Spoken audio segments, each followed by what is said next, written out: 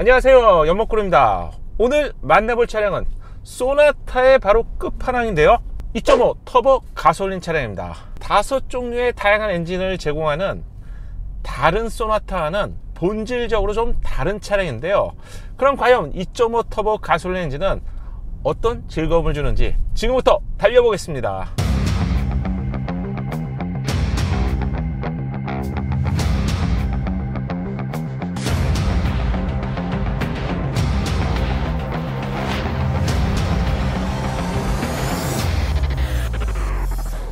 소나타, 제가 어렸을 때만 해도 이 소나타는 어쩌면 좀 부의 상징이었어요. 이 8세대 소나타가 2019년 3월에 출시가 되었죠. 그 당시에 3세대 플랫폼을 처음 만들고 나서 가장 먼저 출시된 차량이 지금 보시는 소나타 차량이었습니다. 그래서 기대감은 높았는데 웬일입니까? 차량을 타고 시승을 시작했는데 이내 차량은 샤프한 이런 디자인과 다르게 차량이 안 나가는 거예요. 그 당시에는 가솔린 2.0 차량으로 첫 번째 시승이 시작되었는데 너무 아쉬웠습니다. 어쩌면 첫 단추부터가 좀 잘못 끼워진 차량이 소나타였고요. 디자인에 있어서도 호보다는 좀 불호의 반응이 더 높았죠. 그래서 더욱 아쉽게 생각이 되었고요. 그 틈새 K5가 출시가 되고 국내 소비자뿐만 아니라 해외에서도 달라진 기아의 디자인에 많은 호평을 받았었죠. 결과는 처음으로 소나타가 K5에게 굴욕을 겪게 되었고요. 모든 면에서 조금 낮은 평가를 받았던 차량이 소나타 8세대였습니다. 그런데 소나타 페이스리프트는 완전히 다른 거의 풀체인지급 차량이라고 생각하셔도 저는 충분할 것 같아요. 그 이유가 우선 디자인이 확실히 멋있어졌죠. 첫 인상부터 멋진데? 심지어는 이 차량은 일반 노멀 버전인 소나타와 그리고 좀 더 멋있는 디자인의 디자인 패키지라고 할 수 있는 N9 차량 두 가지로 출시가 되었죠. 그런데 기본 차량 자체도 잘생겼습니다. 굳이 돈을 더 주고 N9을 선택하실 필요도 어쩌면 없어요. 여기에 성능은 정말 많이 다듬었습니다. 총 5가지 엔진을 선택할 수 있는데 당연하겠지만 그 중에서 가장 많이 선택할 엔진이라면 제 생각에는 1.6 가솔린 엔진, 그리고 2.0 하이브리드 엔진, 자연흡기 엔진은 좀 덜할 것 같고요. LPG도 좀 덜하겠죠. 가장 많이 선택하지 않을 차량은 어쩌면 지금 탑승하고 있는 2.5 터보 가솔린 엔진이 될 것 같습니다. 그 이유는 명확할 것 같은데요, 성능과 다르게 차량의 가격은 풀옵션 기준으로 한 4,200만 원이 좀 넘어갑니다. 자, 소나타를 4천만 원을 넘게 구입해야 되는지 이 부분에는 어느 정도 답이 있어요. 4천만 원이 넘어가게 된다면 등급이 다른 그랜저가 보이고요. 일반적인 관점이라면 당연히 그랜저를 선택하게 되겠죠. 달라진 소나타, 실제로 물량 투입이 정말 많이 되었다고 해요. 3일 정도 이 차량을 다양한 구간에서 테스트하면서 가장 먼저 느껴진 부분, 달라진 부분은 어쩌면 실내의 소음입니다.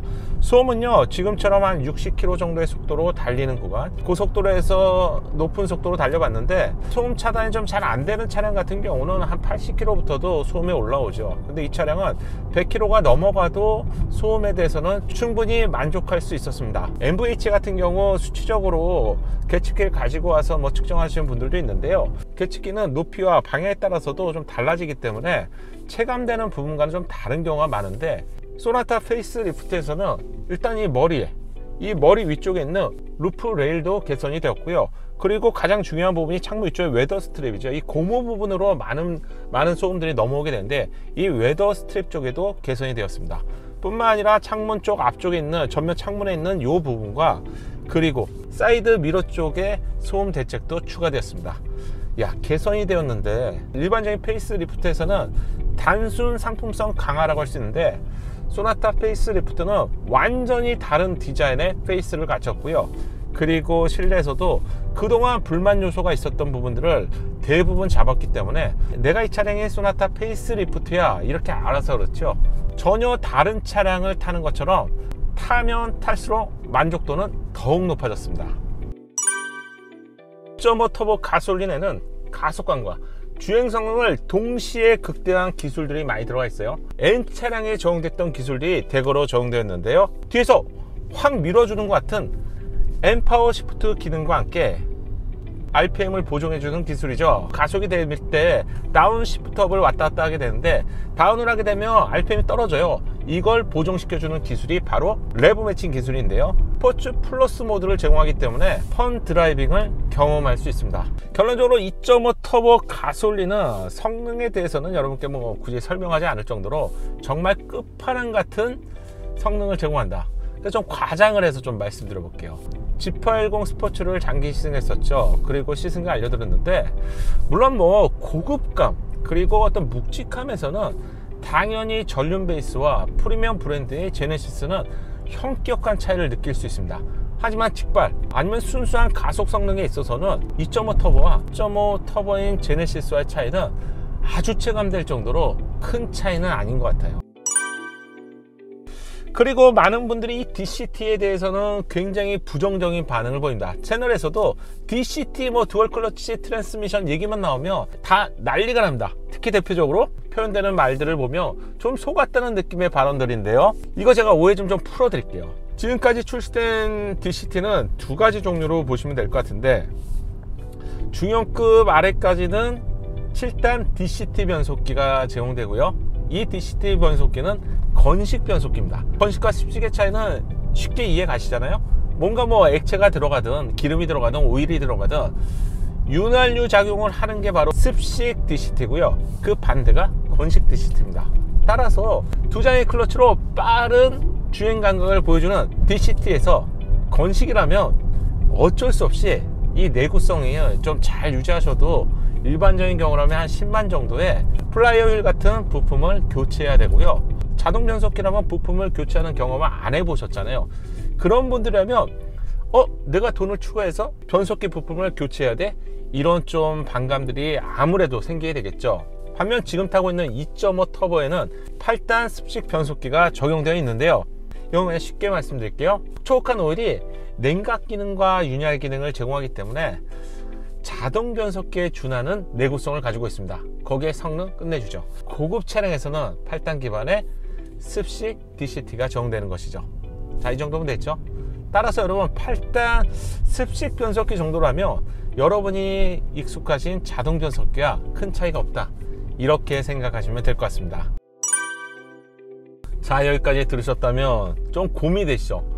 그러면 1.6 터보를 선택해야 될지 2.5 터보를 선택해야 될지, 이건 여러분 고민하지 마세요. 기준이 아주 명확해요. 1.6 터보는 180마력 정도를 제공하고요. 2.5 터보는 무려 290마력을 제공합니다. 완전히 다른 차량입니다. 여기서 제가 한 가지 좀 팁을 드리면, 만약에 여러분들이 2.0 가솔린 자연흡기 엔진에서 고민하고 계신다면 한 60만원 더 주세요. 그리고 1.6 터보를 선택하십시오. 그 이유는 성능 자체가 다르고요. 이 차량이 우리가 뭐 소나타라는 차량이 국내에서는 뭐 중형이라고 하지만 사실 이 정도 크기면 수입 차량들과 비교하면 거의 준대형급 차량과 비교해도 충분하죠. 공간을 포함해서요. 이 날렵하고 잘생긴 차량에 2.0 가솔린 자연흡기 엔진은 조금 답답한 느낌이 있습니다. 또한 6단 변속기가 조합되어 있어요. 잘 모르셨죠? 1.6 터보 엔진은 한 60만원 정도만 더 주시면 터보잖아요. 1.6이잖아요. 2.0보다 배기량이 낮기 때문에 어떻게 되죠? 자동차세도 저렴하고요. 힘은 훨씬 고성능이고 1.6만 돼도 일반적인 주행 환경에서는 쭉쭉 치고 나갑니다. 펀 드라이빙까지도 할 수 있는 차량이 바로 1.6 차량입니다.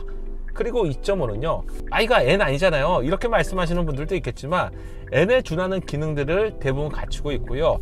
그리고 제가 일상 영역이라고 강조하는 이유는 트랙에 올려놓으실 거라면 그냥 N 하셔야 돼요.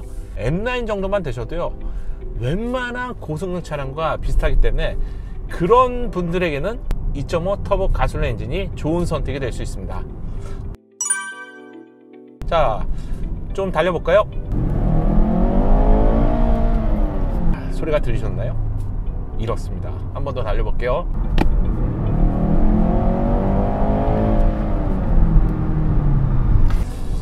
엑셀러레이터를 쭉 밟으면요, 정말로 힘껏 발진합니다. 부족함이 없고요. 이 정도의 느낌에서 부족하다? 그러시는 분들은 그냥 N으로 가셔야 되고요. 또 고성능 스포츠 후륜 기반으로 가시는 것이 확실히 좋은 선택이 되겠죠. 특히 단단한 하체를 기반으로 지금 같은 코너링에서 불안한 모습이 전혀 없어요. 이런 어떤 주행 성능을 말할 때 롤링, 좌우로 움직이는 흔들리는 경우가 롤링이고요. 피칭, 앞뒤로 흔들리는 거. 이거 외에도 요철 구간이라고 해도 긴 이렇게 코너링이 길게 이렇게 휘어지는 구간에서는 차량의 쏠림이 발생되고요. 그 바닥에 요철까지 있다면 텅텅텅 하면서 이렇게 움직이잖아요. 이런 경우 차량이 이렇게 틀어지거든요. 즉 차량이 대각선으로 움직입니다. 이랬을 경우 좌우 바퀴에 편차가 생기고요. 당연히 편차가 생기기 때문에 회전수가 달라지겠죠. 이런 경우 좀 불안하게 느끼게 되는데, 전고가 높은 SUV일수록 아무래도 불안감은 더 느끼게 되죠. 반면 지금 타고 있는 2.5 터보의 경우 불안감이 거의 없습니다. 이 단단한 느낌은 차량이 덜 흔들리기 때문에 고속주행 시에 진가를 발휘하게 됩니다. 그런데 여러분, 이 승차감은 항상 시소처럼 끝과 끝이에요. 승차감이 좋으면 고속주행 안정성은 좀 떨어지게 되죠. 승차감과 함께 좀 칭찬하고 싶은 부분은 바로 스티어링 휠의 담력입니다. 보통 국산차에서 스티어링의 어떤 무게감을 얘기할 때는 좀 가볍다는 얘기를 많이 하죠. 근데 여러분, 가벼운 게 결코 나쁠까요? 나쁘지 않죠. 소속에서 가벼우면 좋아요. 그런데 고속과 같은 상황에서 이게 가볍게 느껴지기 때문에 불안감을 준다는 거죠. 그런데 지금 보세요. 소나타의 드라이브 모드에 들어가시면 스티어링의 무게를 조절할 수 있는 기능이 들어가 있습니다. 그런데 이게 뭐 스포츠 모드에서만 꼭 조절할 수 있는 기능이 아니에요. 부드럽게 움직임을 하면서 빠른 속도로 달릴 수도 있겠죠. 예를 들어서 100km 이상의 고속도로에서 달릴 수 있는 거잖아요. 이때 나는 핸들이 좀 무거웠으면 좋겠어. 핸들을 무겁게 조정할 수 있습니다. 소나타에는 모든 모드에서 핸들의 무게를 조정할 수 있기 때문에 저는 이 기능 너무나 마음에 들었고요. 이 기능들이 뭐 제네시스나 프리미엄 브랜드에서는 많이 제공되고 있죠. 그리고 전기차에서도 제공되고 있기 때문에 최신 차량에서 제공되고 있는데, 내연기관 차량에서는 이제 소나타에서 볼 수 있어요. 이 기능은 현대차에게 저는 감히 제안하고 싶은데요, 모든 차량에 꼭 제공해 주시면 좋겠어요. 물론 옵션도 좋고요, 아니면 OTA 같은 기능을 통해서 유연하게 선택할 수 있으면 되잖아요. 필요 없는 사람은 이용 안 하면 되고요, 필요하시는 분들은 이런 기능을 이용해야지 실질적으로 OTA 서비스의 유용함이 아닐까 생각되고요. 에어백이나 브레이커 같은 안전기술 레벨 수준으로 좀 생각해 주시고 전차종에 적용되면 정말 좋겠습니다. 그리고 마지막 제동력. 제동력은 좀 과하면 과할수록 저는 좋다고 합니다. 근데 이 과하다는 게 천천히 달릴 때는 느긋하게 잘 서면 되는 거고요, 빠르게 달릴 때는 내가 원하는 위치에 멈출 수 있으면 됩니다. 또한 가족을 가득 채우면 로드량이 증가되잖아요. 이랬을 땐 밀리지 않으면 되거든요. 일반적인 국산차에서는 아무래도 대중차이기 때문에 이런 어떤 물량 투입이 좀 덜하다고 볼 수 있는데, 소나타에 적용된 제동력은 충분합니다. 최근에도 제가 폭스바겐 차량 투아레, 그리고 아테온, 그리고 쉐보레 차량 트렉스 같은 차량도 여러분께 시승기로 알려드렸어요. 공통적으로 이 말했죠. 차량의 극과 상관없이 주행 성능에 해당되는 플랫폼의 기본기, 그리고 스티어링 휠의 담력 같은 부분에서 쉐보레 차량이나 폭스바겐 차량을 칭찬했는데요, 소나타의 경우 이 두 가지 모두를 만족하는데요, 국산차도 최근에 가격이 정말 많이 높아졌어요. 따라서 이런 기본기에 해당되는 부분들을 좀 더 신경 써 주신다면 평가는 많이 달라지겠죠. 자, 이번 영상을 요약해 보겠습니다. 1.6과 2.5 터보에서 일반적으로 펀 드라이빙을 즐기고 싶다면 8단 자동 변속기가 적용된 1.6 터보도 정말 좋은 선택이 될 수 있고요. 소나타 차량이라면 아마 이 1.6 터보 가솔린 엔진이 가장 높은 인기를 얻지 않을까요? 그리고 아쉽게도 2.0 하이브리드 같은 경우는 터보 엔진이 아니죠. 그런 차이점이 있고요. 2.5 터보 가솔린 차량은 일반적인 도로, 고속도로 환경에서 N에 준하는 주행 성능을 제공하기 때문에 정말 내가 펀 드라이빙을 좋아하고 전륜의 끝판왕을 만나고 싶다, 그러신 분들이라면 2.5 터보 가솔린을 선택하셔도 좋은 선택이 될 것 같습니다. 저도 이 차를 타면서 감히 그랜저와 비교될 수 있을까 이런 생각을 속으로 내심 많이 했어요. 물론 그랜저하고 분명한 차이점은 크기라기보다는 실내 어떤 감성적인 부분, 소재에 대한 부분에서는 차이가 분명히 있습니다. 하지만 제가 느낀 소나타 페이스리프트의 주행 성능만큼은 때로는 그랜저보다 이 차량이 더 최적화되어 있죠. 그 이유는 3세대 플랫폼이 적용된 소형급 차량, 그리고 중형급 차량, 세단, SUV, 그리고 대형급 미니밴, 카니발까지 다양한 차량을 시승해 보니 어느 정도 결론이 나는데요, 현대나 기아차 브랜드의 3세대 플랫폼은 중형급에서 최대한의 성능이 발휘되기 때문에 어쩌면 소나타와 같은 또는 기아 K5와 같은 차량이 가장 좋은 성능을 발휘한다는 것이 제 경험이고요. 그래서 저는 그런 관점에서 3천만원 중반대의 소나타 1.6 가솔린 터보가 가장 좋은 선택이라고 생각합니다. 물론 이 부분은 개인적인 취향에 따라서 좀 달라질 수 있겠죠. 자, 오늘 영상은 여기서 마치고요. 궁금하신 부분이 있다면 여러분 댓글로 남겨주세요. 좀 시간이 걸릴 수 있지만 댓글로 알려드릴게요. 이번 영상이 도움되셨다면 좋아요로 격려해 주시고요. 그럼 저는 다음 소나타 1.6 터보 시승기에서 인사드리겠습니다. 감사합니다.